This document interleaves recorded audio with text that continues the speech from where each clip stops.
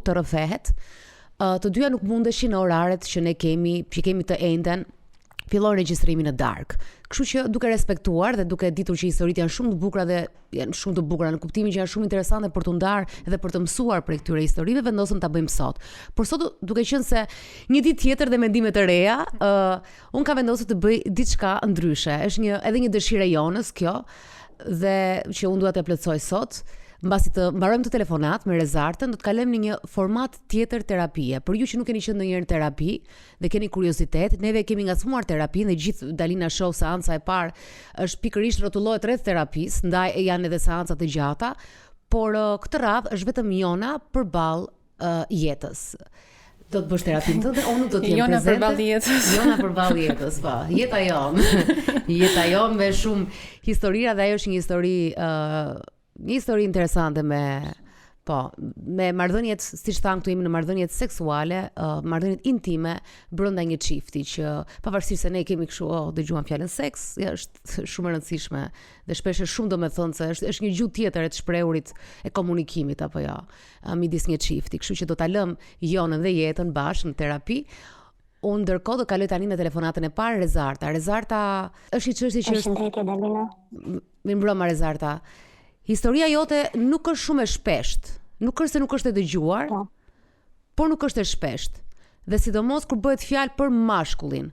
Kam dëgjuar shumë histori grash, më shumë dëgjohen histori grash të cilave u humb shpesh dëshira seksuale në martesë.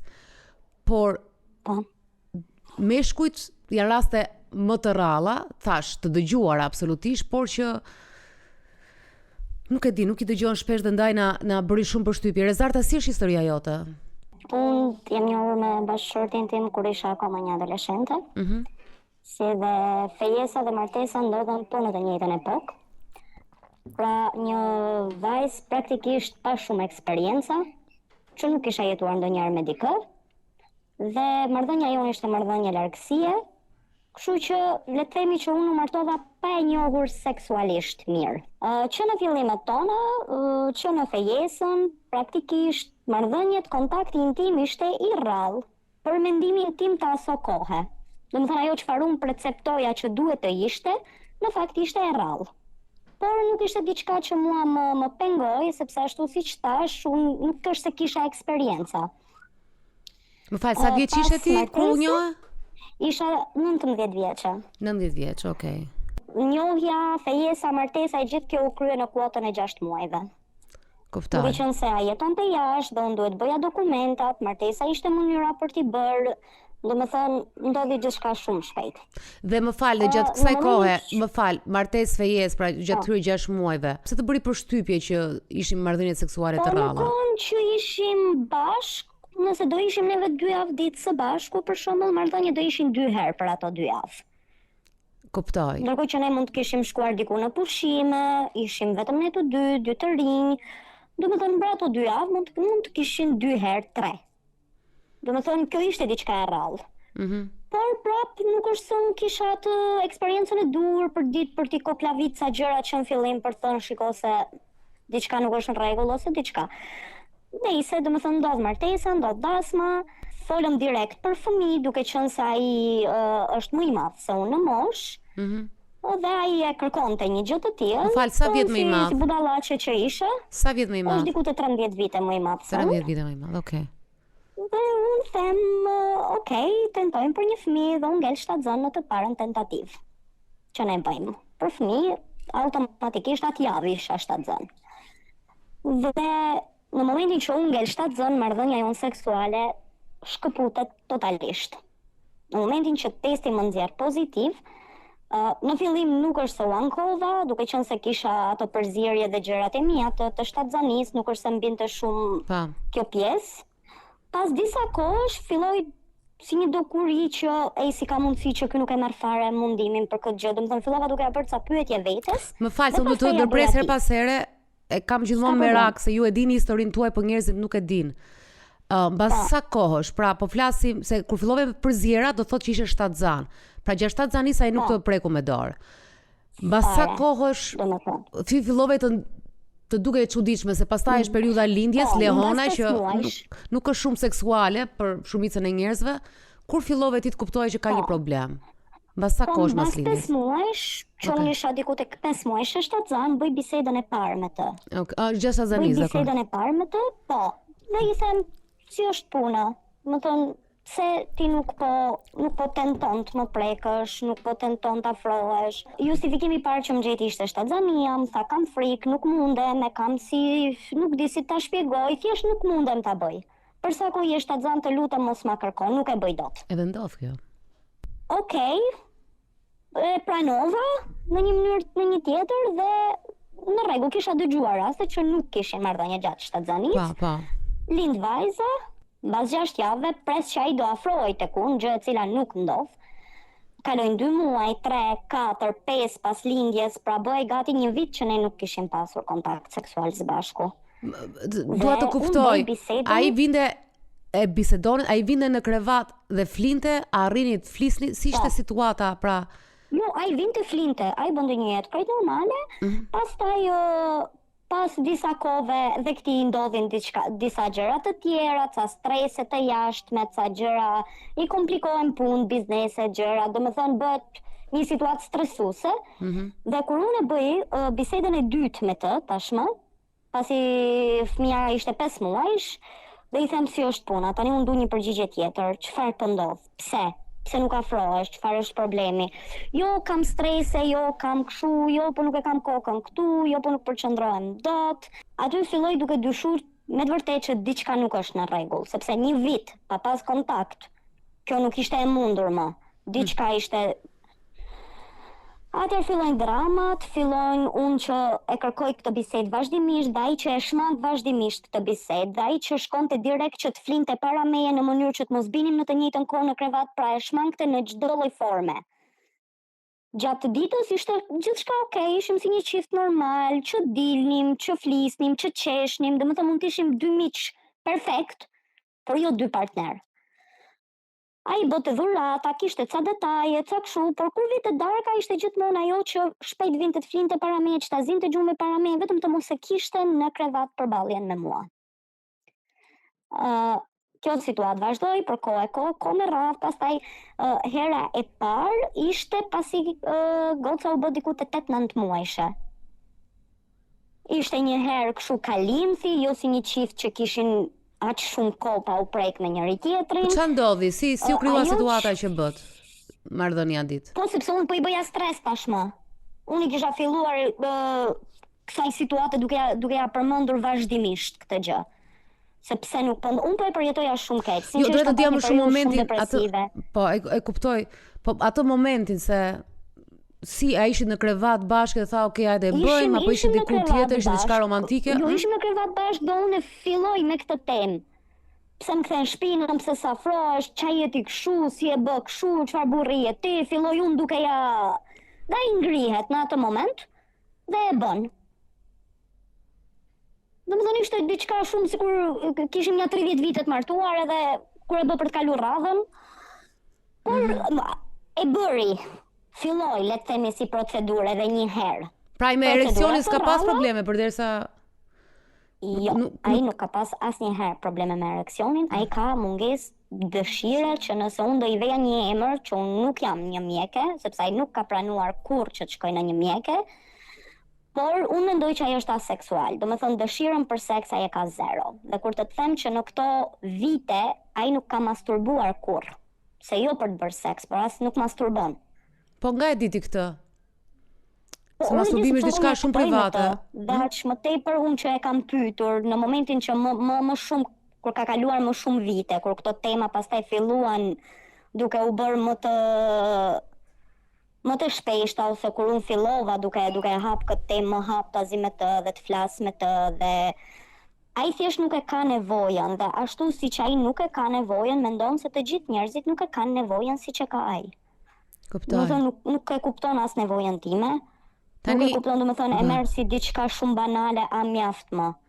A nuk bëhet më, ne jemi shumë rregull me njëri tjetrin, thjesht nuk bëjmë seks, po s'është gjë ajo. E ke parasysh e merr si diçka shumë të vogël, diçka që nuk Domethënë, kjo situatë ka vazhduar kështu me vite dhe vite dhe vite të tëra, domethënë pasi unë kam bërë drama, teatr, dhe ai e ka ditë që tash ka A një mund na periudhë se thuash kanë kaluar. me një për llogaritë të thjeshtë, në numrin e viteve dhe sa herë keni bërë seks?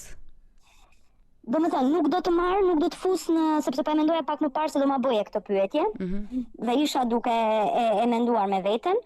Nga prilli i këtij viti kemi pas, le të themi, herën e fundit, debatin e fundit kur unë çështjen e bëra tashmë familjare, kur i përfshiva dhe familjarët në mes, dhe pas atij prillit ka filluar duke u përmirësuar marrëdhënia jon dhe nuk do e llogaris deri në prill. Domethënë do të llogaris nga koha që unë jam martuar deri në prillin e këtij viti. Dhe deri nga koha e martesës deri në prillin e këtij viti janë gati 10 vite dhe në këto 10 vite nëse unë do i numëroja totalisht do ishin diku te 20 herë. 20 herë keni bërë seks në 10 vite. 10 vite. Martesë. Po. Që i bie 2 herë në vit? Po. Shtme. Diçka e tillë. Dhe ju kur Ndoshta nga prilli, po. le të themi që situata ka filluar duke sepse në prill unë marr vendimin për divorc, nuk e duroja dot më, po çmendesha me veten, po kaloja në situata të tmerrshme dhe bëj përpjekjen e fundit duke i përfshirë tashmë për herë të parë dhe familjarët. Dhe çfarë familjarët? Kisha diskutuar këtë temë. Se ky diskutimi i seksit është edhe pak i papritur për familjet, është. Por isha aqe mbushur saqë nuk po mendoja më, sepse tashmë kisha arritur në pikën e divorcit, unë po ndahesha. Por thjesht kisha nevojë që edhe këto të dinin se çfarë po ndodhte, që të mos thonin se ne nga jashtë dukemi një çift shumë perfekt. Dhe thjesht nuk doja që të mendonin se çfarë ndodhi. Dhe unë bisedën e hap me maman e tij, e thras, dhe i them kështu, domethënë që nga shokohet patjetër, bëhet situata, do them vetëm tekstualisht fjalët që më ka thënë, sepse unë e di historitë e vjerrave, nuseve dhe gjitha këto, është e vetmja gjë që më thot që si mama e tij më dhem shpirti, më dhem zemra dhe nuk du që të ndaheni, aq më tepër me fëmijën në mes, unë të dua shumë dhe nuk dua që ti ikësh nga këtu dhe si mama e tij të them të lutem prit të flasim dhe ne me të dhe të shohim ku qëndron problemi. Por si grua të them leje që sot. Nuk ke pse e shtyn jetën me një njerëz të tillë. Nuk ke arsye që ti të mos marrësh dashurinë e burrit. Rezarda, dua të pyes për të kthyer prapë tek e sotmja. Ju keni kryer marrëdhënie sa herë që ti bëheshe e ashpër me të? Se më thej që i vure tashi është përmirësuar mbasi si thua vure tellallin, siç është shpreha në gjithë familjen, por ndërkohë dhe herën e parë kur mbas lindjes i bërtite dhe ai pastaj e bëri kaloi në ereksion. Kjo ka gjithmonë e bënte në mënyrën kur në momentin që unë tashmë kisha qarë me ditë dhe ditë të tëra, bëheshe kërcënuese ti. Po, në momentin që ai therm kërkonte diçka, për shembull ma ke larat bluzën dhe unë përgjigjesha kujt t'ja laj bluzën, atij që nuk më prek. Domethënë, sa herë që unë e bëja të gjithë këtë situatën që ai e bënte thjesht sepse donte të mbyllte gojën praktikisht. Kur vinte ai momenti që ai nuk më duronte dot më, e bënte një natë në mënyrë që unë të qetësohesha. Pa i si e shpjegonte këtë fakt? E preke diçka ti, po si sidomos në këtë moment? Shpjegimin unë nuk e kam marrë asnjëherë. Tekstualisht shpjegim nuk kam marrë asnjëherë. Jam i lodhur, kam punë, kam streset e mia, kam hallet e mia, jam kshu, jam ashu. Domethënë, mjaft ose ik, e shmang si temë, nuk pranon kurse si të shkojnë doktor, nuk pranon kurse si të shkojnë psikolog, nuk ka shans, domethënë ta bindi dikush që të shkojë diku dhe të kontrollohet. Dhe kjo është gjëja që më shumë më ka vrarë, sepse po të ishte se do më thoi të mua një mjek që ky është hipotent dhe nuk do bëhet kurrë. Do e kisha planuar ashtu sepse tek e fundit ashtu kam jetuar. Por pas do ja kisha hequr vetes një stres nga koka, nuk bëhet, është sikur të ketë kancer, të ketë një smundje tjetër, nuk di unë ka rënë, do e mbajmë. Por ajo ideja që ai thjesht nuk e merr mundimin që të bëj asgjë për këtë gjë, kjo është ajo çfarë më ka sjell në këto pika të tani. Dhe nuk është se ka marrë ndonjëherë një përgjigje të saktë se çfarë ndodh, sepse ka shmang gjithmonë si temë. Atëherë, gjithmonë ka shmang si temë. Rezarta, duke qenë se unë thash që dhe seksi është lloj komunikimi dhe kupton shumë për njerëzit, jam kurioze. Do të futemi pak seksit kështu, dhe kjo është raja ime e parë që bëj këtë lloj pyetjesh. Tani, ju në momentin që kryen aktin seksual, më aq sepse ti nuk e pas ndonjë eksperiencë të mëparshme shumë të madhe për ta gjykuar. Ai bënte një seks mekanik, pra kalonte në ereksion edhe mbaronte punë, siç i themi ne, apo shije që ai kishte një performancë të mirë në seks? Fillimisht performanca ishte e mirë, kur jemi njohur. Pra, e kuptoje ti që ai njihte seksin, e dalloje dot? Që ai e njihte seksin? Unë ato e njihte të gjitha pikat e femrave, i njihte të gjitha gjërat, i njihte shumë mirë, dinte se ku të prekte kur dhe si. Si ka qenë eksperienca e tij më parshme? Eksperienca e tij më parshme ka qenë eksperiencë shumë e madhe. Dhe kjo është ajo çfarë mua më përshtyp. Ai njihet si djali më Don Juani kësaj lagjes ku jetojmë ne. Domethënë, ne jemi në një shtet të huaj dhe të gjithë e njohin këtu dhe të gjithë e dinë. Ai ka punuar me femra. Domethënë sepse nuk dua ta them në mënyrë më. Jo, kuptojmë, se jetojmë në Shqipëri. Okej. Ai ka punuar në atë gjëra, ka pas bizneset e tija që kanë bërë këto punë.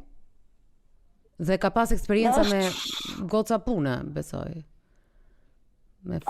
Sipas këtij, kur nifeshim në fillim që unë i bëja ca pyetje për të kaluarën, lidhje ka pas deri nga mosha 22-3 vjeçare dhe pastaj nuk ka pas më lidhje, ka pas one night stand dhe ajo është e gjitha. Asnjë lidhje emocionale tjetër. Po, jo, nuk ka pas lidhje emocionale. Domethënë flet me emocion për dikë, nuk flet, nëse do fliste për emocion, do fliste për ato dashuritë adoleshencës së tij. Domethënë kur ka qenë i ri ose kur kështu, po më vonë ka qenë kjo gjëja dhe kaq. Ajo çfarë unë fillova fillimisht duke dyshuar. Okej, okay. Ose është gay. Dhe nuk don ta shfaq veten, ose më tradhton, ka një lidhje të kështu emocionale me dikën aq të fortë që nuk e çon dot deri tek unë. Dhe ose është unë e kam dyshuar gjithmonë seksualitetin tek ai, dhe ajo çfarë unë bëj, unë punësoj një detektiv privat. E ndjekin me muaj të tërë, shohin ku shkon, çfarë bën, tek nuk kam pas kur dyshime për tradhti apo për diçka, por thoja ndoshta unë jam aq idiote që nuk po e shoh këtë situatë dhe kisha nevojë për një konfirmim profesional. Dhe gjithçka ishte në rregull, nuk më doli asnjë tradhti. Ti vuri detektiv privat? Për muaj me radhë që ta verifikoj nëse ai ishte ose gay ose kishte marrëdhënie jashtëmartësore. Në të gjitha udhëtimet e punës që ai bënte, sepse ai udhton shumë gjatë shkaku i bizneseve dhe gjërave, dhe në të gjitha udhtimet e punës ka qenë një njerëz prapa tij, dhe në të gjitha udhtimet e punës kanë qenë të njëjta gjëra çfarë më përshkruante ai se po bënte në ato momente, mua më vinte me foto, nga ana tjetër ato po bënte. S'kishte asgjë për dyshuar, pra. Domethënë, ran të gjitha gjërat që dhe vetëm e pjesë që mu më ngeli ishte seksualiteti. Ai thjesht nuk kishte nevojë, ose mund të kishte kaluar ndonjë lloj traume dhe po e pengonte dhe e ka pasur shumë aktive këtë pjesa që është bezdisur dhe nuk i bënte më përshtypje ajo gjë. Domethënë, nuk e di se çfarë ishte me të vërtet problemi. Ajo çfarë ndodh është që në prill të këtij vitit, në momentin që unë e bëj tellallin, në momentin që unë e bëj të madhe, vjen dhe është e parë që ulet përballë meje, më thot më fal, unë e di që jam fajtor, e di që kam gabuar, e di që ti e re, e di të gjitha gjërat i di, unë do ndryshoj, unë do e bëj mirë këtë situatë. Unë nuk dua të ndahem, unë nuk dua të prish familjen, unë nuk dua të humb ty. Më shikon sepse nuk është ashtu tip romantik të thosh, por më shikon kështu me ca sy të lodhur, të rënuar, më thot unë të dua, besom që të dua shumë dhe të dua edhe si femër, jo vetëm se të kam nënën e fëmijës tim ose diçka e tillë. Unë të dua shumë dhe nuk dua të humb dhe më fal për gjithçka dhe unë do e ndryshoj këtë situatë, unë do e bëj mirë. Dhe unë i them, kjo situatë nuk ndryshohet nëse ti nuk shkon në mjek ose nuk shkojmë në një terapi, nuk e ndryshon dot ti vetë, se do e kishe ndryshuar për 10 vite. Po ta bëje ti vetë ndryshimin. Se sa kam folur, kam ulëru, unë do kishte ndryshuar diçka. Jo, vetëm këtë gjë thot mos ma kërko. Do e provoj një herë vetë, nëse nuk mundem, atëherë do shkojmë tek doktori. Por një herë kam nevojë që ta provoj unë vetë. Që nga prilli dhe deri tani, le të themi që jemi në një fazë më të mirë, nuk është më e mirë e mundshme, por jemi, le të themi që janë herët e para në marrëdhënien tonë që seksin e kërkon ai, nuk e kërkoj unë. Do me thënë, është prap rrallë për atë çfarë mund të konsiderohet normale, se tani unë nuk e di se çfarë konsiderohet normale, por vazhdoj një herë në 10 ditë në 2 javë. Por le të themi që ka filluar t'i bëj ca hapa kështu që të kërkoj ai, që tani ai mundet e bën edhe nga frika se do e lej, e bën edhe nga detyrimi, unë nuk e di atë gjë, por e ka iniciuar vetë po. Po e inicion vetë, edhe unë I them edhe atij, ti ndoshta thash ti e bën për detyrim, por mos më intereson fare pse e bë ti për detyrim, sepse unë s'dua të gatuaj, por gatuaj sepse duhet. Kam dhe 2 pyetje para se të kaloj tek Jona. Ai ka treguar ndonjëherë ndonjë shenjë varësie? Më përpara po, ka pasur varësira, ndërsa në ka vite, le të themi, kam përmbi 7-8 vite që nuk ka më. Varësie ndaj çfarë? Ndaj lëndëve narkotike ndoshta? Kuptoj. Vetëm aty, jo bigjoze kështu të tjera. Jo, problemet e tilla nuk ka, as alkool, as lëndë narkotike. Bigjoz, vetëm me lëndë narkotike, me shok, me gjëra të tilla kur ishte më I ri flitet, se pastaj në momentin që nena ka lindur goca dhe mbrapa e ka lënë, e ka ndryshuar stilin e jetës vet, ka rënë nga I pjedistali ati idealit harakat, ati idealit që nuk zinte vend askund, domethënë është përpjekur që të bënte jetën e një familjare, jetën e një njeriu shumë korrekt, duke bërë një punë shumë më normale nga punë që kishte bërë më para, duke ndryshuar. Pra ka kaluar një ekstrem tjetër. Ka kaluar një ekstrem tjetër. Se pa atë jetë që pas ka pasur, është ekstrem ky, domethënë që nga pak njëri ekstremesh. Shiko, edhe pyetja e fundit përveç aktit të penetrimit që mungonte, pjesës seksuale.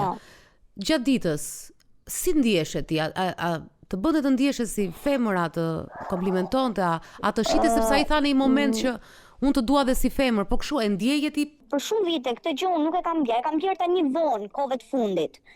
Por për shumë vite nuk është se e kam bjerë, e kam ditur që më don, por se unë e tërheq atë këtë nuk më ka bindur kurrë për këtë gjë, pavarësisht se mundoheshte ndoshta edhe më bënte komplimente ose bënte dhurata, gjëra, por nuk e kam ndjerë, unë e kam ndjerë që po e thot kot, sepse duhet ta thot. Po ti vetë ke iniciuar tani kohëve të fundit ka filluar e ndjej që I pëlqej dhe si femër, duke qenë se unë kam bërë edhe ca ndryshime në trup dhe në pamje, le të themi, sepse kam qenë shumë e shëndoshë, kam humbur kilograme, kam marrë veten pak më kështu, dhe tani e ndjej që I pëlqej, por në atë kohra jo, e bënte thjesht sepse duhej. Domethënë nuk është se nuk ka qenë I padashur, ka pas puthjet, ka pas përqafimet, ka pas ato prekjet e lehta, ato gjërat e kështu, por nuk është se kam ndjer atë që okay, ky don po nuk mundet, ky thjesht nuk donte kaq. Po ti vetë ke iniciuar aktin ndonjëherë pa ulërim apo vetë ke iniciuar? Po, por ka qenë gjithmonë, çdo natë inicioj unë, por ka qenë gjithmonë nesër, të lutem, jam shumë I lodhur, më le të flenja 2 orë, mos zgjo pas 2 orëve, që nuk u zgjonte pas 2 orëve. Por ishte gjithmonë të lutem, më ler. Ka qenë gjithmonë kështu. Domethënë deri në momentin që unë e bëj kaq të madhe me familje dhe e përfshi në të gjitha anët, nuk është se pati ndonjë. Domethënë më ka parë duke qarë, duke ulëruar, kam kërcënuar me tradhtim, me divorc, me them, me thash, me të gjitha.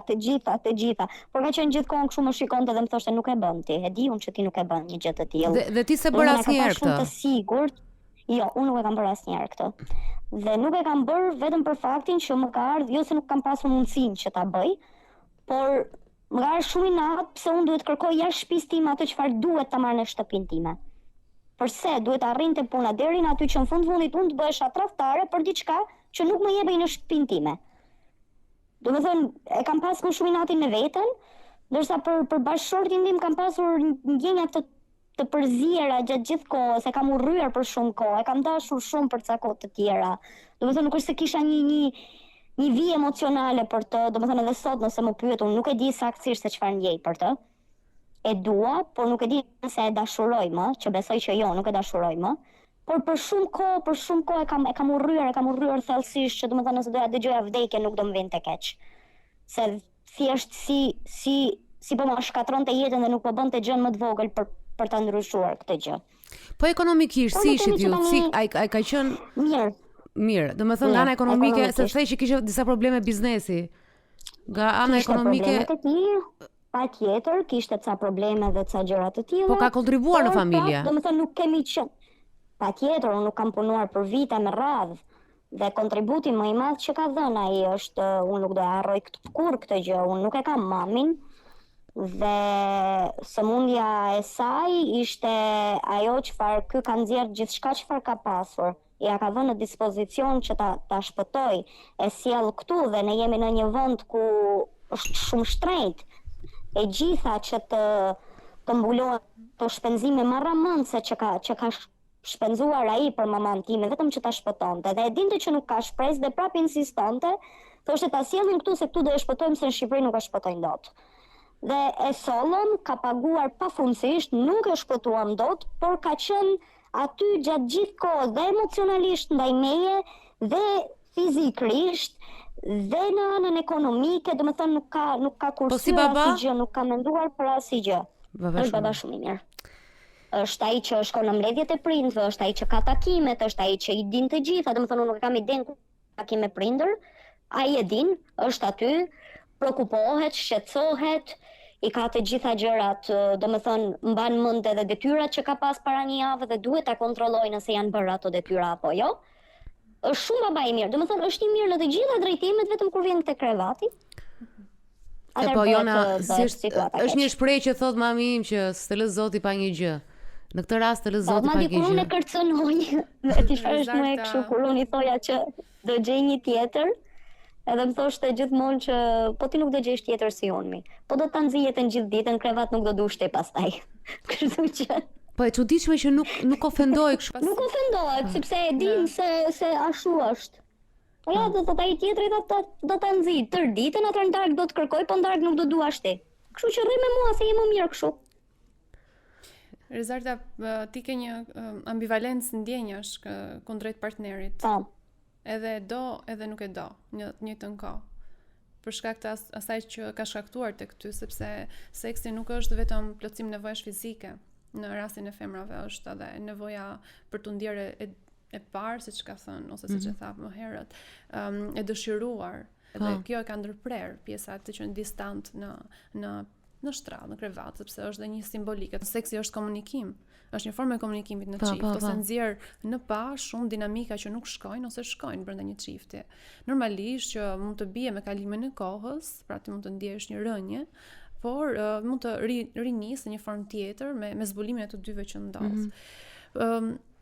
Do thoja këtë, Rezarta, kjo pjesa e mbivendosjes së ndjenjave të tua është, domethënë çdo ditë njësoj, pra ti e ndjen që një herë e do, një herë nuk e do, një herë urren.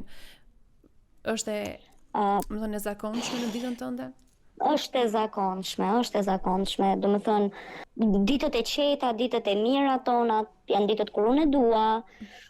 Pastaj janë ato ditët e tjera kur unë i kam ato frustrimet e mia dhe që nuk dua ta shoh, do të thënë ndihem shumë e qetë kur nuk është në shtëpi, duket sikur në momentin që futet brenda shtëpisë më zgjohet diçka brenda meje që thjesht se duroj dot. Çfarë të lëndon më shumë në ato që ka ndodhur? Fakti që nuk ka arritur ta kuptoj kurrë nevojën time. Do të thënë nuk i ka dhënë kurrë rëndësinë e duhur situatës në të cilën po jetojmë. Dhe fakti që vjen e detyruar nga familjarët, e gjithë situata vjen e detyruar nga ti, pra duket sikur duhet ta bëj këtë gjë dhe nuk e ndjen. Në këtë pikë, për hir të së vërtetës, nuk është se më vjen keq sepse po e bëm për detyrim. Domethënë praktikisht jam për aq egoiste, saqë unë thjesht dua të marr atë që dua dhe nuk më intereson se pse po e bën ai. Domethënë nuk më përpara kisha këtë, unë doja që ai të më dëshironte, ndërsa sot, dhe nëse ai nuk më dëshiron, nuk më intereson fare, më mjafton që ai ta bëj, kaq. Dhe nuk ka të bëj vetëm me kontaktin fizik, por unë thjesht dua të shoh se diçka po zgjohet tek ai me mua aty. Dhe arsyet se pse ky po e bën këtë gjë, nuk mund të them ty që më vret. Arsyeja se ndoshta ky po e bën për detyrim. Ndoshta nuk është ndjesie e mirë, por nuk e kam më të thellë, e kisha më keq kur ai nuk bënte asgjë. Mendon se po e ndihmon? Përmes kësaj që po ndodh në jetën tuaj, po kupton ndoshta si të qaset me një gjë që po e bënte shumë pasive më përpara. Unë ndjem më mirë me atë çfarë unë ndjeja më parë, ndjem më mirë, por nuk kam besim që kjo gjëja do vazhdoj kështu. Unë e di që prap do ndaloj. Domethënë e kam bindje të brendshme, po sepse e ka tentuar dhe më përpara këtë gjë. E tentonte dhe dështonte. Dhe unë nuk më besoj që ai e arrin këtë gjë vet pa konsultë me një psikolog ose me një mjek ose me dikë që është në një këtë profesion që të gjejnë ku është problemi. Sepse as ai vet nuk e din ku e ka problemin. Pse mendon se refuzon të bëjë funksione? Nuk e di, mendoj ka frikë nga përgjigjet që do marri, ka turp, ka ndroj, nuk e di, nuk kam një gjë të saktë që ta them, por le të themi që në këtë pikë të jetës unë nuk besoj që ai do ndryshoj. Pavarësisht se janë bërë disa muaj që e kemi situatën mirë, por prapë është diçka brenda meje që, por le të themi që unë praktikisht atje kam bërë shumë qartë që kjo është shansi i fundit dhe dështuam këtu, unë nuk e vazhdoj më këtë marrëdhënie. Dështim do thuash që mund të kthehet sërish si përpara? Po, është shansi i fundit që i kam dhënë, sepse kam jetuar shumë vite në errësirë dhe nuk kam ndërmend të vazhdoj më dhe vite të tjera në të njëjtën mënyrë, sepse nuk është vetëm, domethënë, mendoj e the pak më parë që nuk është vetëm akti fizik, unë jam ndjerë pa bukur për vite me radhë, unë jam ndjerë pa dëshiruar, jam ndjerë keqe, jam ndjerë e përçmuar, nuk kam pasur pikën e vetbesimit, domethënë kam kaluar situata të tmerrshme me trurin dhe me shpirtin, domethënë kam qenë në një gjendje aq të keqe dhe kur e mendon isha 20 vjeqe, 21 vjeqe, 22 vjeqe, domethënë në moshën kur duhet ndihesh më i bukur se kurrë, unë ndihesha shumë e shëmtuar, ndihesha një femër që nuk është e aftë të tërheq bashkëshortin. Domethënë kam kaluar gjëra shumë të tmerrshme dhe nuk dua të rikthehem atyre gjërave më. Nuk e përballoj dot më.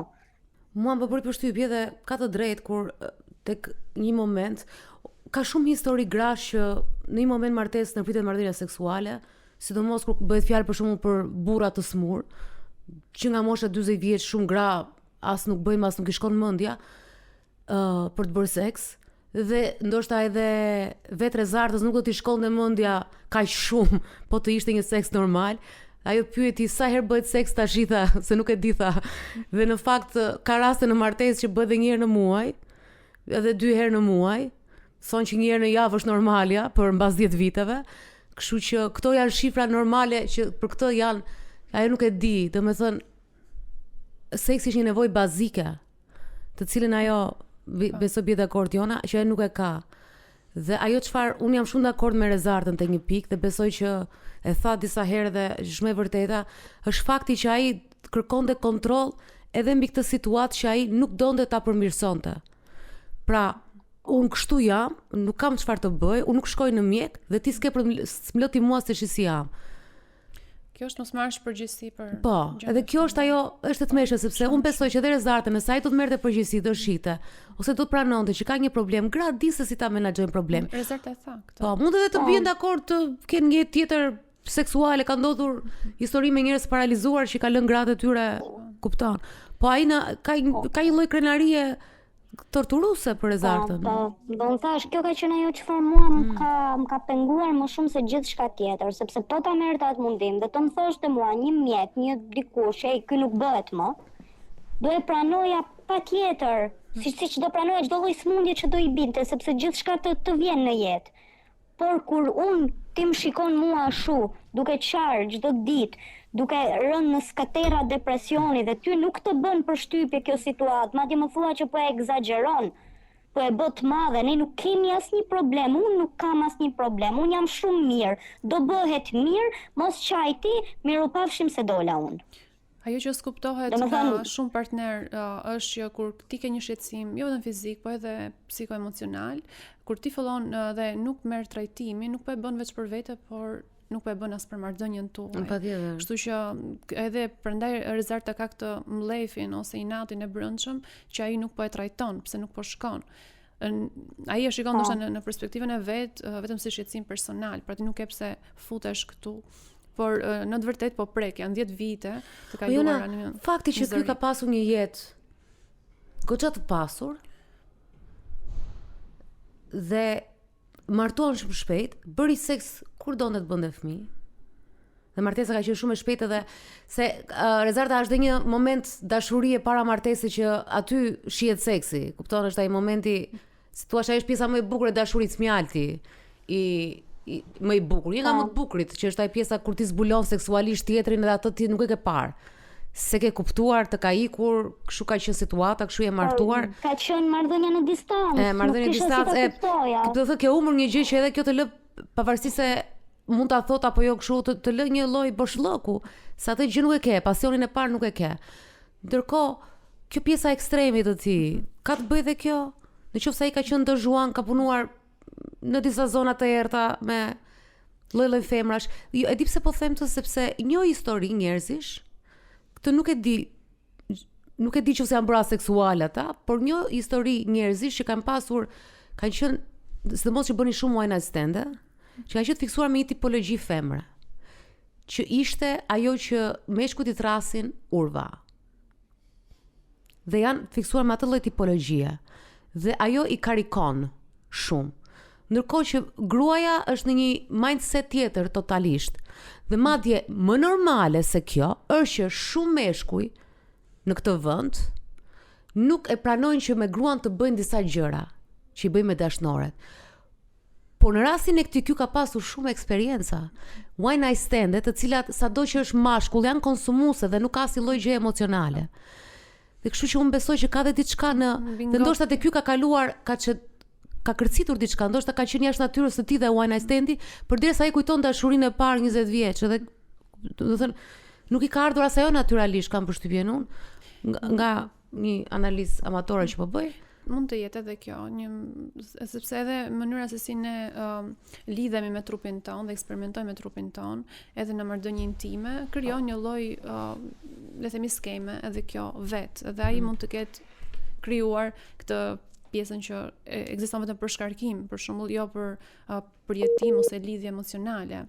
Edhe gjë e ngjashme mund të ndodhë në martesë, por është e drejtë ajo që the, që në shumë situata gratë perceptohen si, domethënë, persona më të pastër, në thonjza, që neve duhet të bëjmë vetëm X gjëra, jo. Megjithatë edhe kur perceptohen kështu, burrat e marrin mundimin, edhe kur s'duan gratë. Në pjesën më të madhe janë gratë që thonë jo, se jam i lodhur nga kalamajt. Burrat e marrin mundimin, thjesht debati tjetër në ato lloj rastesh është që burrat marrin mundimin të bëjnë një seks të rëndomt. Të mërzitshëm, whatever, të shpejtë. Jo, ky nuk ka kështu. Kurse ky nuk e merr mundimin fare. Ai në krevat bën gjithçka. Nuk ka është me gruan dhe këtë nuk e bëj, ato e bëj dhe këtë e bëj. Absolutisht ngaja tek gjëja i bën të gjitha, kur futet që ti bëj. Problemi është që ky nuk futet ti bëj. Çfarë stimulon atë, pse domethënë ka këtë rënje. Përmendë pak më përpara edhe pjesën e drogës që duhet ta prekim, që edhe ajo ndikon tek ulja e dëshirës seksuale. Çfarë droge ka pas bër? Nuk di ta them me emra, gjithçka. Mund të jetë puna ngarkuese, nëse ai e ka pasur punë më pas, pjesën e të pasurit kontakt dhe me persona që kryen të marrëdhënie intime, puna dhe kënaqësia ndonjëherë kamuflohen dhe bëhet një duke si detyrim në jetën e martesore. Dhe duhet të them edhe këtë, që në shumë ligje, nuk e di, duhet të informohesha pak për ligjen tonë në Shqipëri.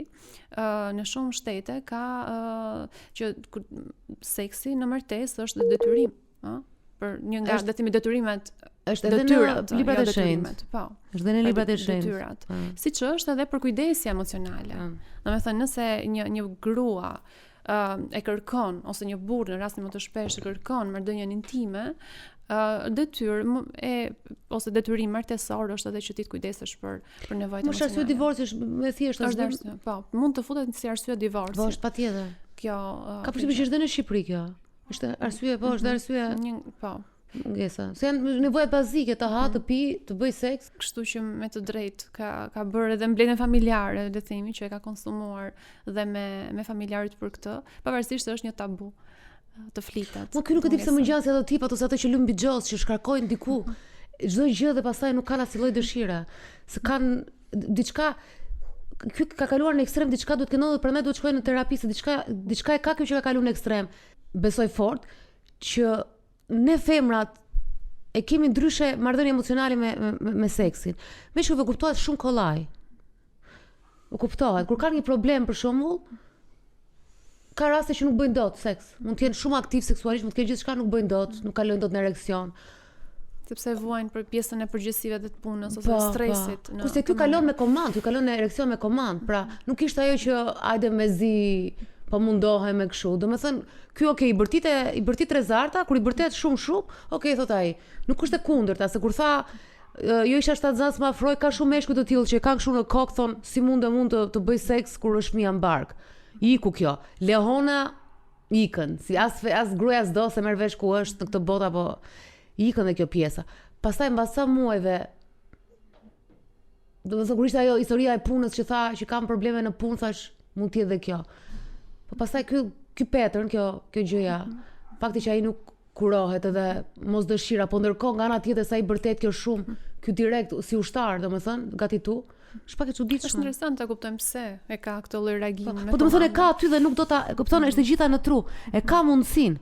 Se kur meshkujt kalojnë faza shumë të vështira, mund mos edhe kalojnë në ereksion, se ne mendojmë që meshkujt janë gjithkohës, dhe ato kanë pilesu mendoj që seksualiteti i tyre është për të diskutuar sepse është ai shumë problematik.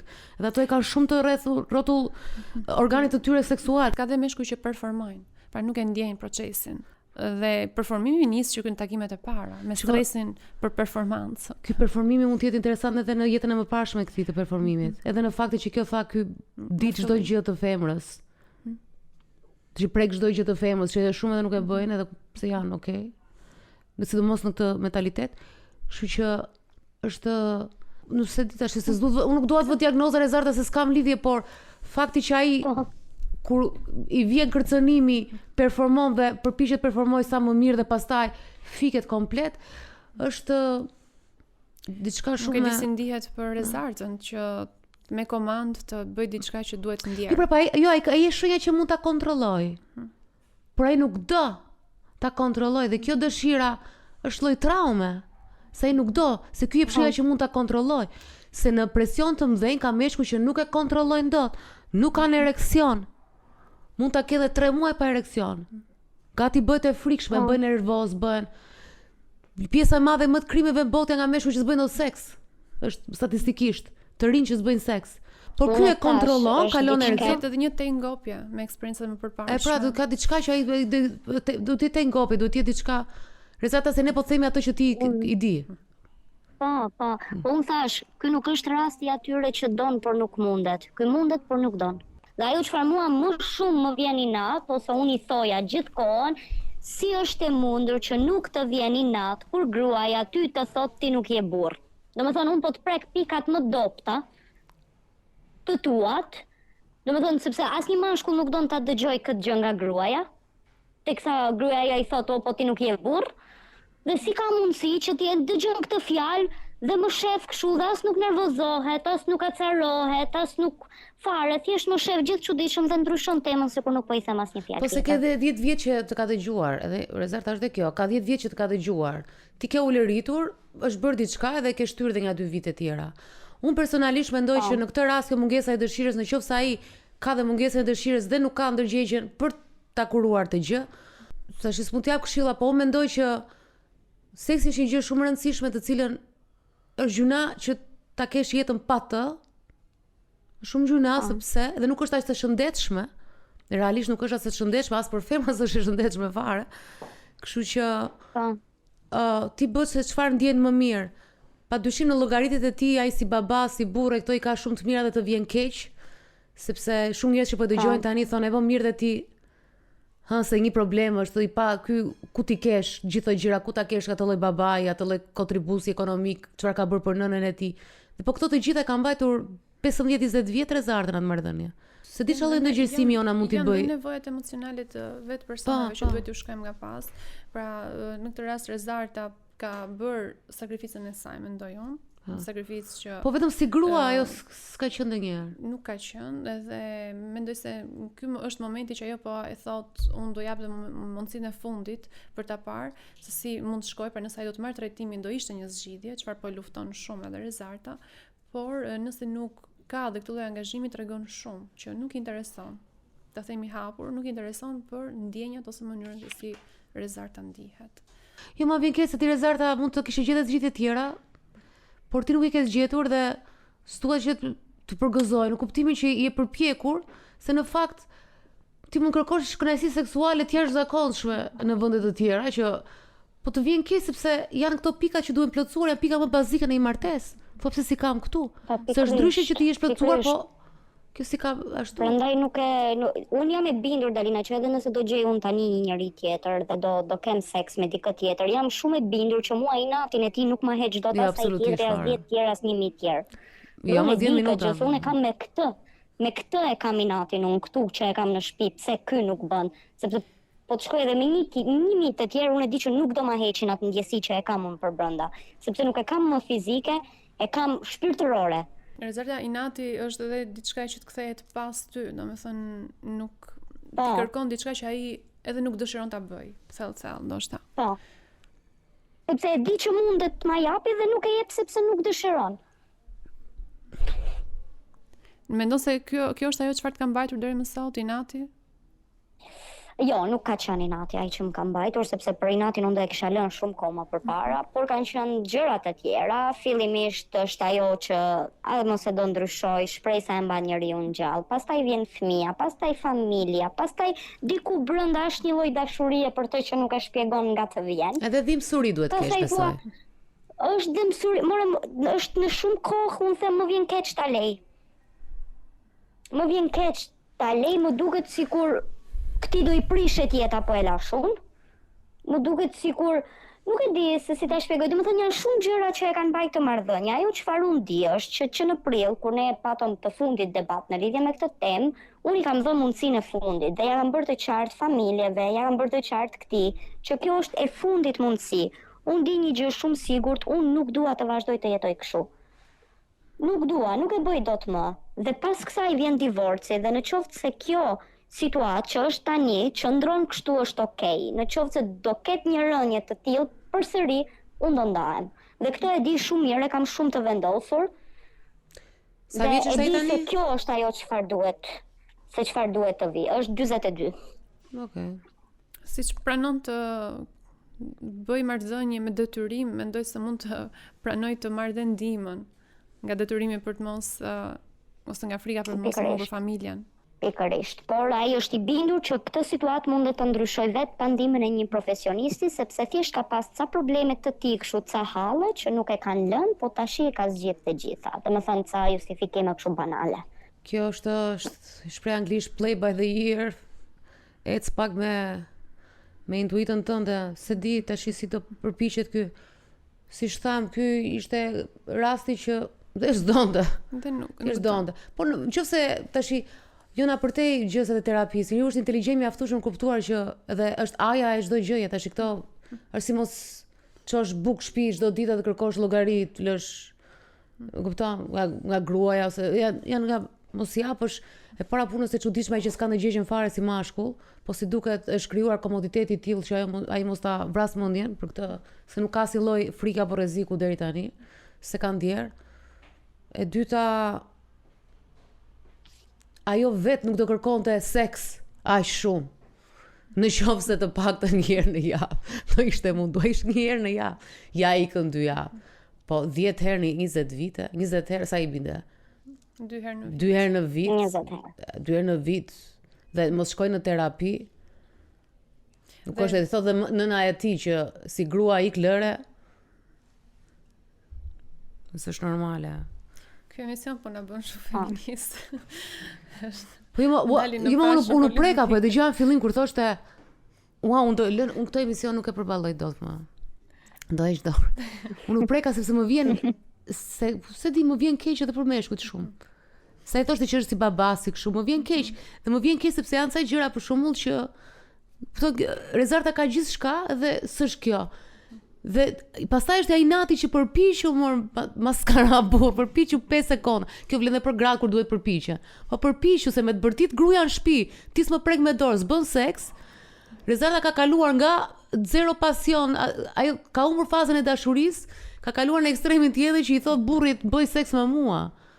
Shumë, ndërkohë që shumë gra thonë na çmeni burri, ta do dhe ky seks tash, kemi ne nerva për seksin e këtij.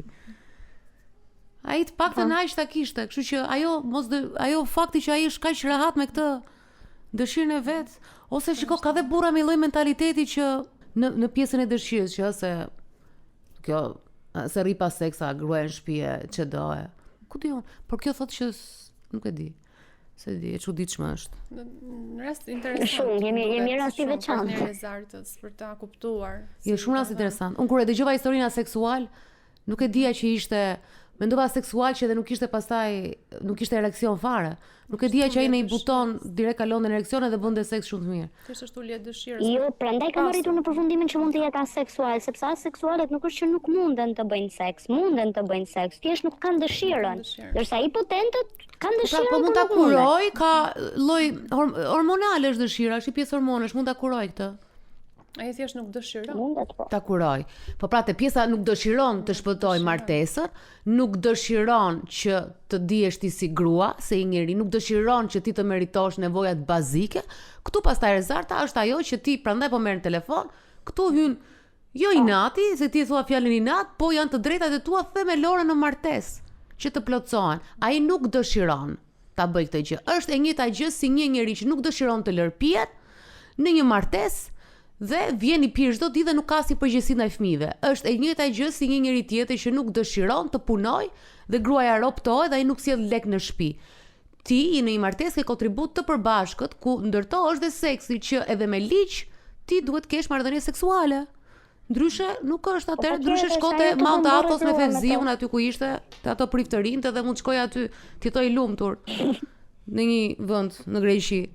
Po në jetë duhet të jetë dhe në këtë rast dëshira e tij, mos përpjekja për ta kuptuar këtë dëshirë është ai problemi që ti ke shumë të drejtë të marrësh çdo lloj vendimi, sepse edhe ti je 20 vite, mos ndihesh grua, të ndihesh e fyer, dashje pa dashje, edhe pse ai thot unë nuk e bëj, ai e bën. Është 42 vjeç burr, i cili gri ka dhe biznese, sill ka dhe lek, i rri dhe fëmijës së kokë dhe i kërkon përgjegjësi, fëmijës nga detyrat, i kërkon përgjegjësi biznesit vet, ka kërkuar përgjegjësi në jetë që ka ngritur veten ekonomikisht në imigrim dhe nuk pas ka këtu absolutisht asnjë lloj ndjeshmërie ndaj këtij fakti. Shumë të rëndësishëm, kështu që merr vendimin tënd siç ti e ndje më mirë Zarta. Faleminderit shumë Dalina. Falenderoj. Historitë e seksit janë shumë interesante dhe pjesa më interesante e historive të seksit është që nuk para njerëz të flasin për to. Kështu që ti goditesh her pas here dhe kur merrim këto histori ti goditesh me si mund të rri njeriu të bëj seks 2 herë në vit, si mund të rri pas seks, si mund një njeri mos frenoj seksin gjatë gjithë kohës, të bëj seks më shumë se ç'duhet, pra është gjithmonë. Se janë të tëra raste që njerëzit nuk flasin për seksin, shumë. Është tamam si quhet intime dhe pëlqen ndonjëherë të mburren për seksin. Dhe pse mund të jetë një rrugë për të njohur më shumë veten. Pa. Edhe si duket edhe mënyra se si ne jemi rritur ndaj seksit të qenë një turp dhe gjithë ato konotacione që ka marrë seksi, unë besoj që as gratë as të tërë ne nuk i kemi marrëdhënie shumë të qarta me seksin, por paktën një gjë e dim aja e çdo gjë, që marrëdhënie seksuale e dim që kur kemi lindur që kur mësuam, fillonim mësonin për seksin të vegjël që babai dhe nëna e bëjnë. Okej, ne mendojmë që e bënin vetëm për fëmijë, po që e bëjnë. Pra është e legalizuar seksi, është me ligj. Kështu që edhe në këtë rast pastaj është problem. Historinë e dytë Jona, kam menduar sa lëndë dorë ty. Ne kemi folur edhe një herë dhe ti kishe shumë dëshirë që të bëje një terapi. Ne kemi bërë parën bashkë. Po, e kemi bërë parën bashkë. Unë po e kam fiksim, unë flas. Zoti më ndaloft. E kemi bërë të parën bashkë, por ti shpreh një dëshirë dhe duke qenë se situata u krijuar e tillë dhe sot, të paradite. Ishte shumë kurioze ta kuptoja se si mund të jetë. Po, ndjej shumë interesante në fakt se kjo seanca parë normalisht edhe ajo formë terapie, ajo është si thua më kjo lloj terapie që do të bësh ti është më terapi se sa çdo gjë që është bërë deri tani. Dhe duke qenë se personazhi vjen pas pak në studio, do vinte sot, prandaj erdhëm në këtë orar bashk, dhe thash pse jo, ja ku je. Unë do të qohem, po para se të qohem do t'ju them 2 fjalë për jetën. Jeta është një grua e cila nisi histori lumturisht e martuar, e dashuruar, mbas 8 vjetësh burri ndërpren çdo lloj marrëdhënie seksuale. Dhe këtu pastaj fillon një kalvar vuajtjesh dhe problemesh për të kuptuar se çka ka ndodhur. Tashmë ajo ka një fëmijë të vogël, ato kanë arritur të rregullohen pak, të paktën kanë kryer marrëdhënie seksuale, por prap situata është e vështirë. Ajo ka pasur edhe episode depresioni nga kjo situatë, nga mungesa totale e interesi seksual të bashkëshortit të saj. Unë do ta lë ty në dorë, të flasësh me jetën, jeta vjen pas pak. Unë të çojm, jam në vir, kështu që kam sa do duash pul lart në këtë orë sepse është ora 12 e drekës kur ne regjistrojmë këtë.